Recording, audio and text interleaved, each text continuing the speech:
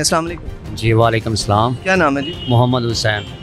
हुसैन साहब, क्या बात है, इधर खड़े हैं, कुछ सवारी वगैरह कोई नहीं नज़र आ रही? सर सवारी यार आप भी देख रहे हैं हालात, सवारी जो है पेट्रोल महंगा होता है, ठीक है, तो उनकी वजह से सवारी से जिधर किराया पहले 200 ले रहे अब 300 लेते हैं, तो सवारी जो है ना कहती नहीं हम तो जो है ना पैसे नहीं इतने दे सकते।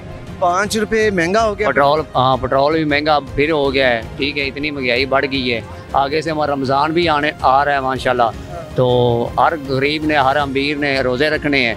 ये अगे पीछे कोई रुपया दो चीज़ मसलन घट कर देंगे, जो रमज़ान आता है चीज़ महंगी कर देंगे ने कि रोज़गार जड़ा ना किस तरह लोग चलावन रोज़े। जिन वज़ीर-ए-आज़म पाकिस्तान जनाब शहबाज शरीफ साहब ने जो मुस्लिम ख़ानदान है उनके लिए फ्री आटे का ऐलान कर दिया रमज़ान में। सर ये देगा तो फिर ही पता चलेगा ना।